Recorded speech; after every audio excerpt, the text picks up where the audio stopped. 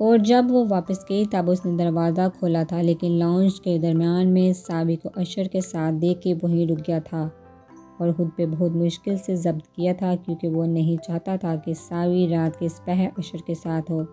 وہ وہاں سے ہٹ کے کھڑکی کی طرف آیا تھا، جہاں سے ان دونوں کی آوازیں صاف سنائی دے رہی تھی، جہاں اسے ساوی کے جھوٹ بولنے پہ ہنسی آئی تھی کہ وہ ٹہلنے آئی تھی، وہیں اسے اشر کی اس کے ساتھ ٹہلنے کی آفر پہ غصہ آیا تھا۔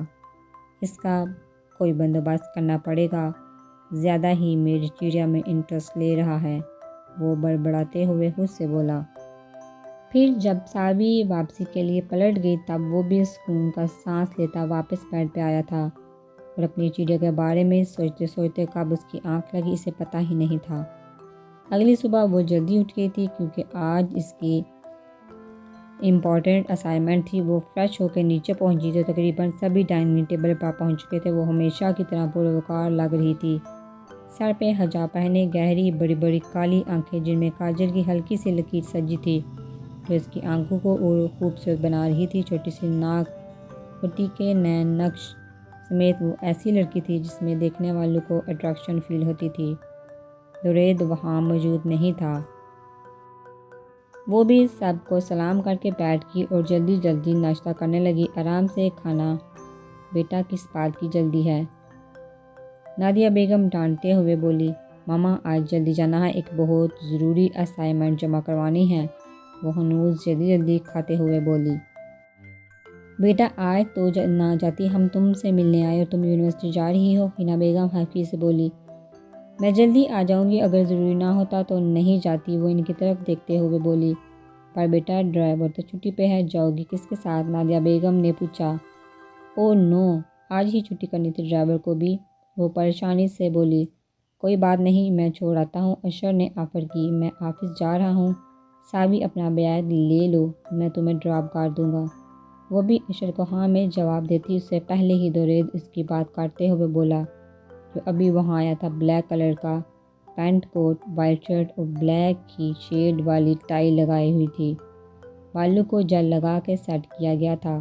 براؤن کلر کی آئیز جو کہ اس کی ماں پہ تھی ذہانت سے چمک رہی تھی، گندی رنگت ستون ناک اور چہرے پہ ہلکی ہلکی بیئرڈ اسے پرکشش بناتی تھی۔ وہ ہینڈسم تھا، مگر جتنا ہینڈسم تھا اتنا ہی بے نیاز بھی۔ اس وقت بھی وہ ماحول پہ چھایا ہوا لگا۔ درید کو دیکھ کے اشر کا موڈ ایک دم خراب ہوا تھا۔ وہ خود بھی ایک خوبرو جوان تھا، مگر درید کے سامنے اس کی پرسنالٹی دب سی جاتی تھی۔ ساوی نے اس کے چہرے کی طرف دیکھا جو معمول سے زیادہ سنجیدہ تھا۔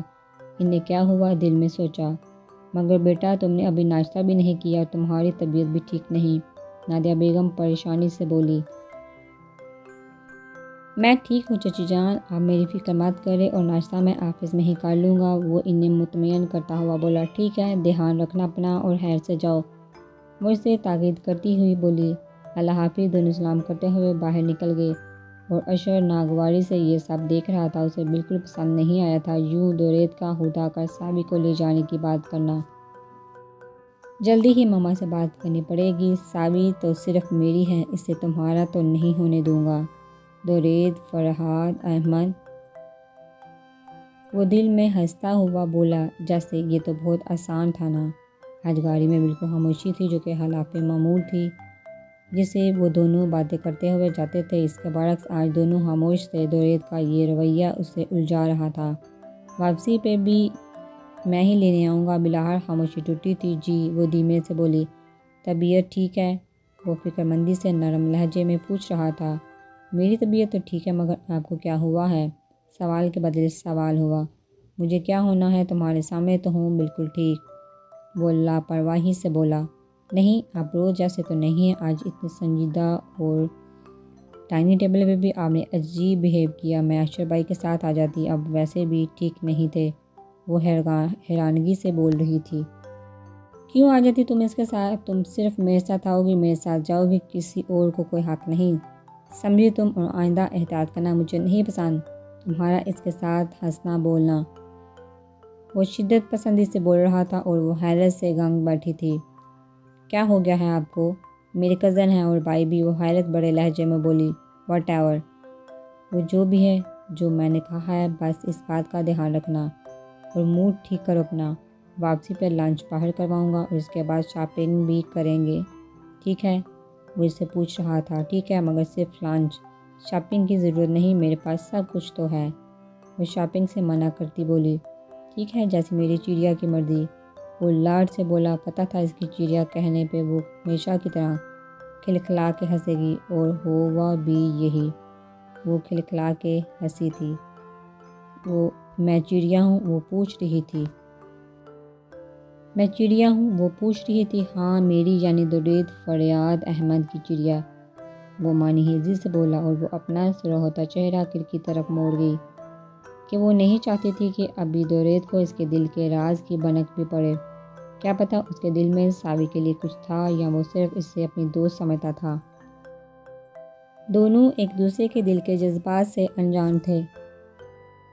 وہ آفس پہنچا تو 10 بج چکے تھے۔ آج کل وہ لیٹ آفس آ رہا تھا، کوئی کام کرنے کو اس کا دل نہیں کرتا تھا۔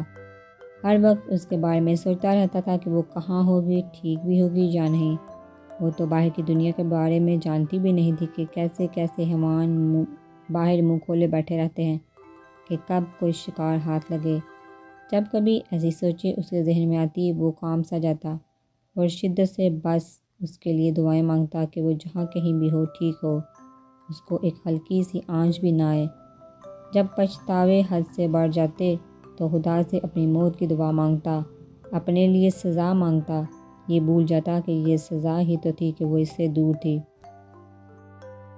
وہ کیبن کا دروازہ کھول کے اندر داخل ہوا۔ اس کے پیچھے ہی اس کی سیکرٹری بھی داخل ہوئی جس کے ہاتھ میں کافی فائل تھی۔ سر ان فائلز پہ آپ کی سائن چاہیے۔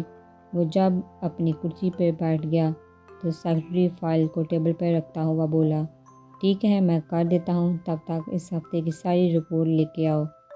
وہ فائلز کو اپنی طرف کھسکاتا ہوا بولا، جی سر۔ وہ سر ہلا کے واپس مڑ گیا۔ وہ فائلز کو پڑھ رہا تھا اور جو فائل کمپلیٹ ہو جاتی اس پہ سائن کر کے ایک طرف رکھتا جا رہا تھا۔ ابھی وہ اسی کام میں مصروف تھا کہ ڈور پہ دستک ہوئی۔ کامن، وہ مصروف سا بولا۔ السلام علیکم سر۔ حیدر کی آواز سن کے اس نے سر اٹھایا۔ تم اس وقت خیریت؟ اس نے حیرانگی سے پوچھا۔ جی سر، وہ آپ کو بہت ضروری بات بتانی ہے، وہ کرسی پہ بیٹھتا ہوا بولا۔ تم وہ ضروری بات بغیر تمہید باندھے بھی بتا سکتے ہو، وہ طنز کرتے ہوئے بولا۔ جی سر، وہ جو تصویر آپ نے دی تھی، پتہ چلا ہے کہ 8 ماہ پہلے اس لڑکی کا روڈ ایکسیڈنٹ ہوا تھا، اور جس گاڑی سے اس کا ایکسیڈنٹ ہوا تھا وہی لوگ اسے ہسپتال لے کر گئے تھے۔ اس کے بعد اب وہ لڑکی زندہ ہے یا نہیں اس بارے میں کچھ پتہ نہیں چل سکا۔ وہ شرمندہ ہوتے ہوئے ساری بات تفصیل سے بتا گیا، اور وہ جیسے جیسے اس کی بات سن رہا تھا ویسے ویسے اس سے اپنا دل ڈوبتا ہوا محسوس ہوا۔ کیا بکواس کر رہے ہو تم؟ وہ زندہ ہے، سمجھے تم، زندہ ہے، وہ کچھ نہیں ہو سکتا اسے۔ وہ ایک دم چیختا ہوا بولا کہ 1 منٹ کے لیے حیدر بھی بکھلا گیا۔ جی سر، وہ زندہ ہی ہوں گی، میں بہت جلد پتہ کر لوں گا، آپ فکر مت کریں۔ وہ اس کی حالت پہ افسوس کرتا اسے تسلی دیتا ہوا بولا، ہاں وہ ٹھیک ہوگی، اتنی دعائیں مانگی ہیں میں نے اس کی سلامتی کے لیے، خدا میری دعائیں رائے گاہ نہیں جانے دے گا، وہ بالکل ٹھیک ہوگی۔ وہ خود کو سنبھالتا ہوا بولا، جی انشاءاللہ سر۔ حیدر جواباً بولا۔ جس گاڑی کا پتہ چلا جس سے ایکسیڈنٹ ہوا تھا، وہ کچھ سوچتے ہوئے بولا، نہیں سر، وہاں جنہوں نے ایکسیڈنٹ ہوتے دیکھا تھا ان کا کہنا ہے کہ اتنی پرانی بات ہے، گاڑی کا نمبر کیسے یاد رہ سکتا ہے۔ حیدر نے بتایا، ٹھیک ہے تم کوشش جاری رکھو اور مجھے ساری رپورٹ کرو، اب جا سکتے ہو تم۔ وہ کرسی کی پشت سے ٹیک لگاتا ہوا بولا، جی باس۔ وہ اسے سلام کرتا واپس مڑ گیا۔ اسی وقت سیکرٹری اندر داخل ہوا۔ اس کے ہاتھ میں ایک فائل تھی۔ یہ فائل مجھے دو اور جا کے اپنا کام کرو، میں گھر جا رہا ہوں اور یہ فائل میں کل دیکھوں گا، اور دھیان رکھنا جہاں کوئی بھی مسئلہ ہو مجھے بتانا۔ وہ فائل کو دراز میں رکھ کر لاک کرتا ہوا بولا، جی سر۔ سیکرٹری نے مؤدبانہ جواب دیا اور اس کے پیچھے ہی باہر نکل گیا۔